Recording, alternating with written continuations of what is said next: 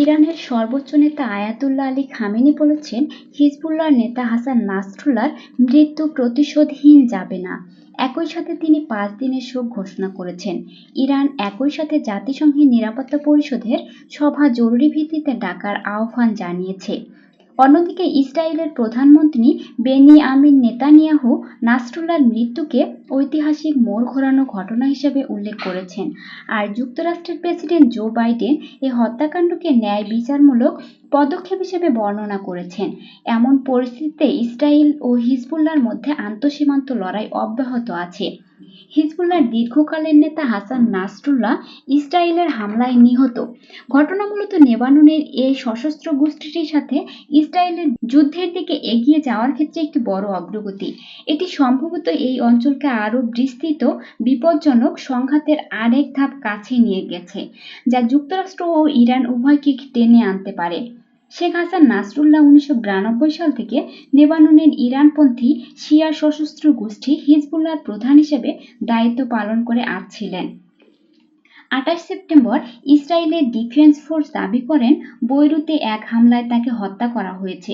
সুতরাং পরিস্থিতি এখান থেকে আসলে কোন দিকে, এটি মূলত নির্ভর করে 3টি মৌলিক প্রশ্নের উপর।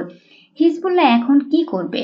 একের পর এক আঘাতে জর্জরিত হিজবুল্লাহর 1 ডজনেরও বেশি শীর্ষ পর্যায়ের কমান্ডারের হত্যাকাণ্ডে এর কমান্ড কাঠামো বিপর্যস্ত। পেজার ও ওয়াকিটকি বিস্ফোরণের আত্মঘাতমূলক ঘটনায় এর যোগাযোগ কাঠামো এবং বিমান হামলায় এর অস্ত্র ধ্বংস হয়ে গেছে। যুক্তরাষ্ট্রভিত্তিক মধ্যপ্রাচ্য নিরাপত্তা বিশ্লেষক মোহাম্মদ আল বাসা বলেছেন, হাসান নাসরুল্লাহকে হারানোর গুরুত্বপূর্ণ প্রভাব পড়বে। গোষ্ঠীটি অস্থিতিশীল হয়ে পড়ার সম্ভাবনার পাশাপাশি স্বল্পমেয়াদে এর রাজনৈতিক ও সামরিক কৌশলকে পরিবর্তন করবে। তবে ইসরায়েল বিরোধী এই সংগঠনটি হুট করে ক্ষান্ত দেবে এমন প্রত্যাশা কিংবা ইসরায়েলের চাওয়া অনুযায়ী শান্তির পথে আসবে তা সম্ভবত হবে না। হিজবুল্লাহ ইতোমধ্যে লড়াই অব্যাহত রাখার ঘোষণা দিয়েছে। দলটির এখনও হাজার হাজার যোদ্ধা আছে। এদের অনেকেই সিরিয়া যুদ্ধে অংশগ্রহণের অভিজ্ঞতা আছে এবং তারা প্রতিশোধ নেওয়ার দাবি করেছে। সংগঠনটির এখনও যথেষ্ট পরিমাণে ক্ষেপণাস্ত্র আছে, যার অনেকগুলোই দূরপাল্লার। সুনির্দিষ্ট লক্ষ্যবস্তুতে হামলার মতো অস্ত্র আছে, যা তেল আবিব ও অন্য শহরগুলোতে পৌঁছাতে পারে।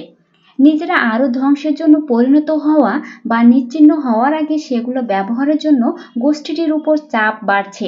ইসরায়েলের আঘাত প্রতিরক্ষা ব্যবস্থাকে ভেদ করে তারা সেটি যদি করে এবং তাতে বেসামরিক নাগরিক হতাহত হলে ইসরায়েলের জবাব হতে পারে আরও ভয়াবহ।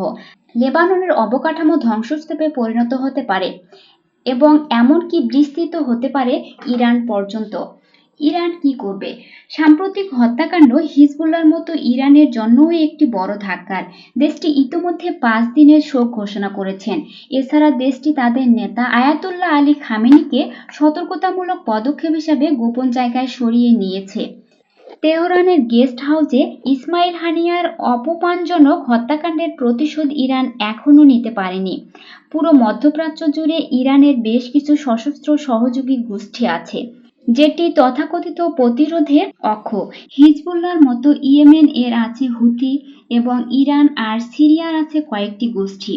ইরান এসব গোষ্ঠীকে ইসরায়েল এবং ওই অঞ্চলে যুক্তরাষ্ট্রের অবস্থানে হামলা করতে বলতে পারে, কিন্তু যেই পদক্ষেপেই ইরান নিক না কেন সেটি হবে যুদ্ধের জন্য বন্দুকে চাপ দেওয়ার মতো, যাতে তারা জয়ের খুব একটা আশা করতে পারে না। ইসরায়েল কি করবে? এই হত্যাকাণ্ডে কারো কোনো সন্দেহ থাকলেও এখন আর নেই। যুক্তরাষ্ট্র সহ 12টি রাষ্ট্র 21 দিনের যে যুদ্ধবিরতির প্রস্তাব দিয়েছে সে অনুযায়ী সামরিক অভিযান বন্ধ করার কোনো লক্ষ্য পরিষ্কারভাবে ইসরায়েলের নেই। তাদের সামরিক বাহিনী মনে করে হিজবুল্লাহ এখন ব্যাকফুটে। সুতরাং ক্ষেপণাস্ত্রের হুমকি না আসা পর্যন্ত তারা আরও আক্রমণ চালাতে চায়। হিজবুল্লাহর আত্মসমর্পণের সম্ভাবনা কম।